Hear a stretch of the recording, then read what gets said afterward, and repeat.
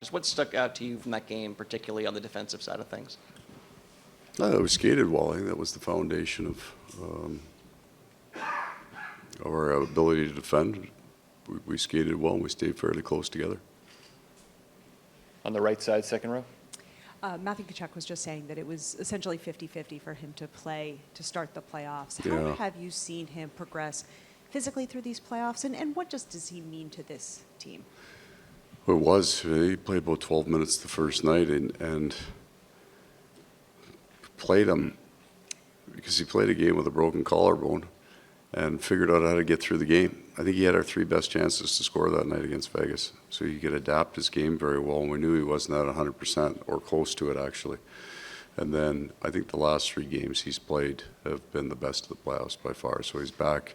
He got to a block that he was probably in the Toronto series, late Toronto, early Carolina, that he had come to full health, but there's still the mental part about what you can, how far do you want to stress that, taking hits, giving hits, and things like that. And then as this series, he's back to full health. And when that happens, you've seen that line then become a very good line on both sides of the puck. They were producing great numbers at the start, but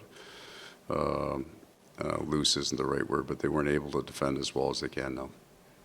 Back left. Paul, you knew going to training camp you'd be defending a championship. What have you learned, or what's been different than what you expected about what it'd be like to try to defend it and what you maybe expected first day of training camp? I don't think the playoffs are any different, right? I think everybody's really excited. It was a challenge this year trying to understand.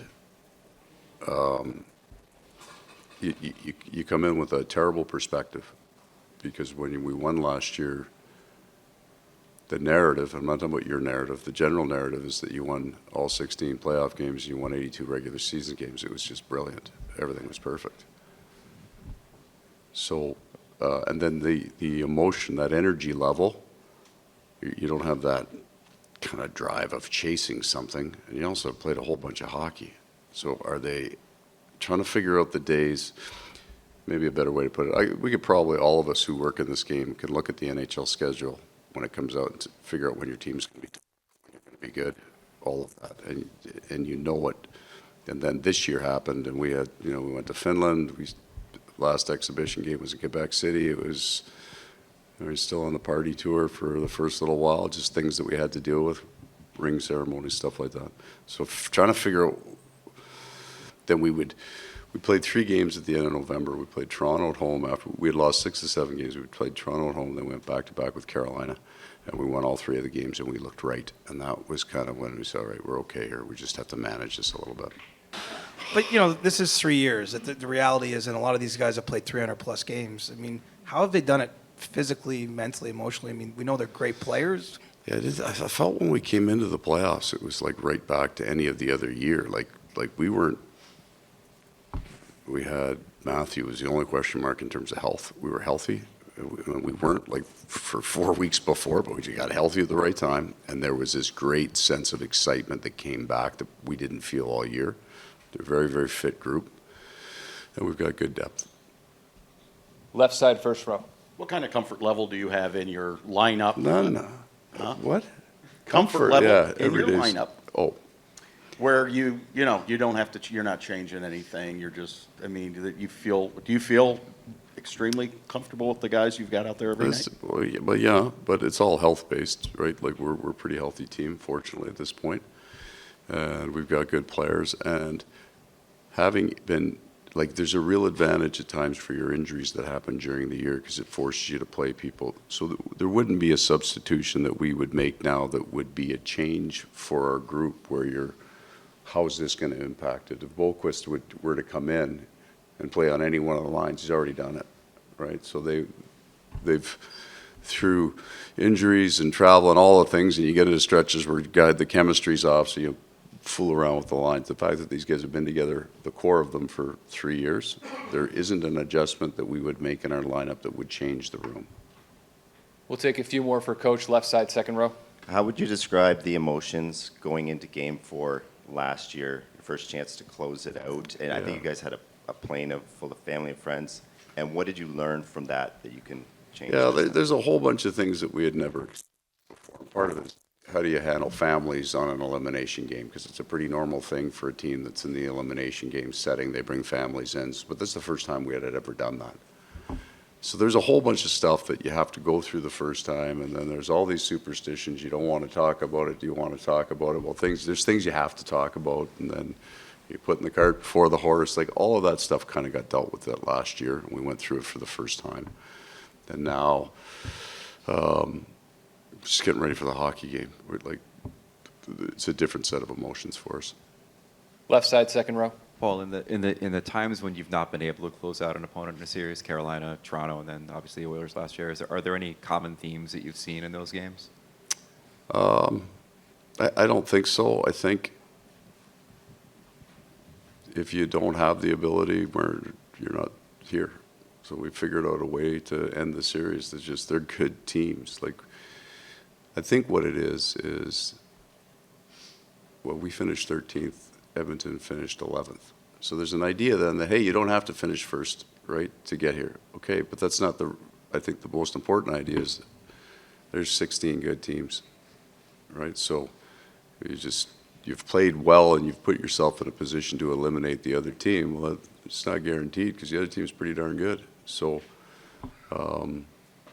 there's nothing learned where you'd say, okay, now we've figured it out. Because if you figure that out, you'd win next year, you'd win 16 straight, right? It doesn't work like that. Left side, first row. Hey, Paul, how much has having these quick starts to the games, multiple goals in the first period of every game in this series, allowed you as a coach to kind of allow your group to dictate the tempo of the game and play Florida brand of hockey? I think it's been the great challenge, actually, because we've had leads in games and we've had them evaporate. I mean, they are built to attack. And when the pressure comes off a team, and that pressure, you get up a couple of goals on the other team, their risk profile changes. Well, that's the most dangerous team in the National Hockey League when the risk profile changes. For us, the second one would be the Tampa Bay Lightning. When they're down a goal or two, they are incredibly hard to handle. And it's in the style of game that they're very, very good at. So there's just been more time where we're playing them at their best, like the attacks, the goaltending. I know what the numbers are. I get all of it, but the number of really, really good saves that happen in each game, I think we have the lead there at their best. We'll take two more questions. Left side, second row. Paul, I know the old cliche is backs against the wall, the Oilers are, but what's it like playing the best player in the world who's so desperate to win a Stanley Cup, Connor McDavid? Yeah, I don't think anybody saves it for the elimination game, right? Like I think there's a certain freedom that comes into a Game 7 concept, whether it's Game 5, 6, or 7. And that freedom allows them to start the game kind of with that attack mindset. And that will make them very dangerous right from the start. Last question, standing up on the left side. Paul, you've been through this 3 times now, and there's a lot of hidden people in this run. And one of them is always the third-string goalie who kind of takes a beating the whole playoffs, gets guys ready. And for a year and a half now, it's been Evan Cormier. I'm wondering if you could talk a little bit about the importance of those guys, and particularly Evan. Well, the answer to that is in the room at the end of the game. So it happens to be the VTech gets the game puck. Last year, Jona Gadjevich didn't play a game for us. He got a game puck. So they are all an incredible part of it, right? They're in their playing cards. There's no stratification in our room based on how many playoff games that you've played. These guys, it's just them all the time. So when he made an incredible save today, the guys are banging the boards, they're chirping, they're having a good time. I expect, based on how I watch them move around each other, they feel like a really important part of it because they are. They're all the pieces that go into it. Everybody's got a job, and we all have to do just that. So I like the way these men interact with each other because I think it's really makes them feel a part of it, and that then brings out the best of their personality. So we get to see them, if they're funny or whatever it is that they do, that we get to see their personalities.